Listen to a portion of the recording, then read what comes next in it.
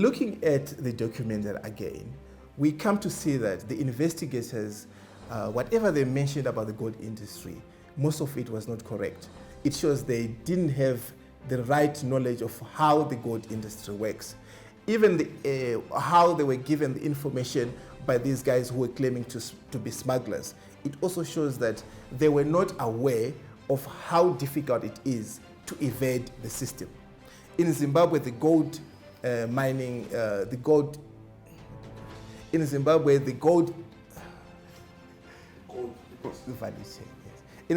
gold value chain starts at the mining of the gold, which is done by large-scale miners and also small-scale miners, who are mainly artisanal miners.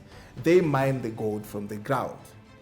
And whatever gold they get, they take it to people who smelt it into some sort of ingots or bars that they smelt it into. But it's not pure gold. It cannot be sold commercially on the international market because that gold is not pure. So from the smelters, the gold has to be taken to a refinery where it has to be refined to more than 99% purity.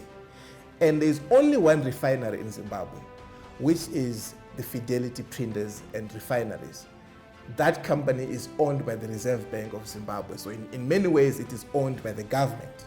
So anyone who comes out from Zimbabwe with pure gold, they have to go through Fidelity Printers and Refiners.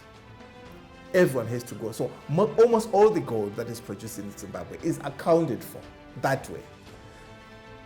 Because no one can evade or no one can avoid Fidelity Printers. Now, from the miners, someone has to buy the gold from the miners, the artisanal miners. And these people, they buy in cash. Those people who buy the gold from the artisanal miners, they are licensed by Fidelity Printers. And they go, they buy the gold. That gold, they have to take it to Fidelity Printers for refinement. In fact, there is a requirement that once you are a licensed buyer, there is a certain amount of gold that you should deliver to Fidelity. If you fail to deliver it, they take out your license or they cancel your license, which is another way of controlling the flow of gold in Zimbabwe, that all the buyers, they have to deliver a certain amount of gold to Fidelity Printers. Now, there are also other people who are licensed to export the gold. They are licensed by Fidelity Printers to export the gold. They get the letters of export from Fidelity Printers. And these guys, before they could do that, obviously they have to pay something. They have to pay the royalties, they have to pay their tax obligations, and then they can take the gold wherever they want to take it. If you are to smuggle gold from Zimbabwe, you have to avoid Fidelity Printers, which means whatever gold you are smuggling is not pure gold. It has to be refined elsewhere.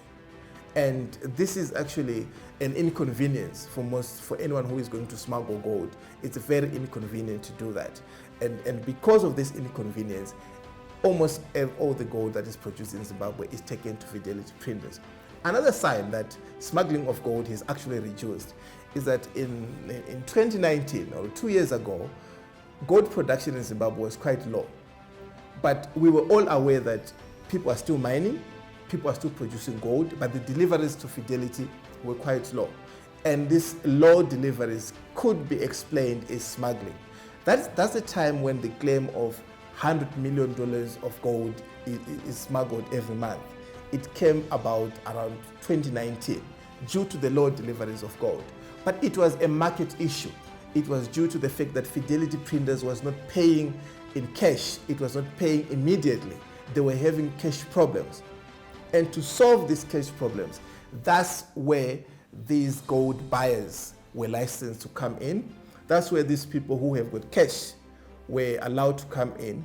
That's also why they allowed people to export gold that would be paid in cash in Dubai, because the cash component was the crucial part of the gold value chain. It was important in getting the gold from the artisanal miners.